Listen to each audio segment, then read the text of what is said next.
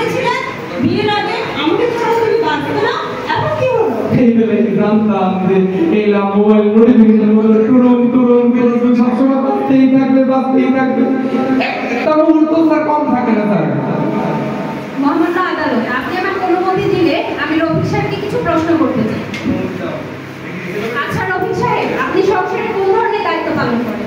Madam কি আছে কই একটা কাম করি, বাজার ঘাট থেকে শুরু করে একটা করি, কিন্তু হেলা দিলে চাই হেটা করতাম হয় না। কি বাবা আমি মায়ের লোক রান্না হলাম বাসন মাজা এটা তো হারে না ম্যাডাম, আমার আর ভালো লাগে না ম্যাডাম।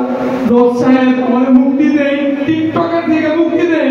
স্যার ও কিচ্ছু করে না স্যার, ও আমাকে কোনো কাজে সাহায্য করে স্যার। আমি যদি বলি আমার একটা ভিডিও বানিয়ে দাও তো, তাহলেও করে না স্যার। আমি ওর সাথে ঘর করবো না স্যার।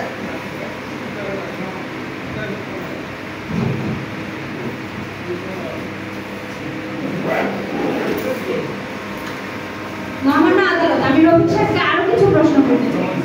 আচ্ছা রফিক সাহেব, আপনি কি জানতেন না বিয়ের আগে যে আপনার স্ত্রী টিকটক করে?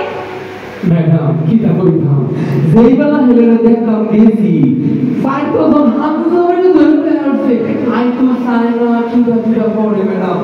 আপনারা তো কিবা মানুষ কিবা দেখেন এই দেখেন আমি কিবা দেখছি জানেন এই টেবিলের নিচে দিয়ে কোনো মুখা দেখছি কি ডক্টর ছাড়া এত কি কথা?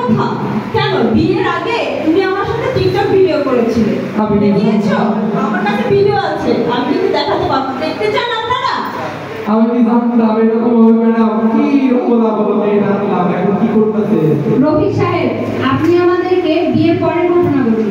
বিয়ের পরে এইটা কইতে গেলে 3 রাত একটা শেষ হয়ে যাবে ম্যাডাম।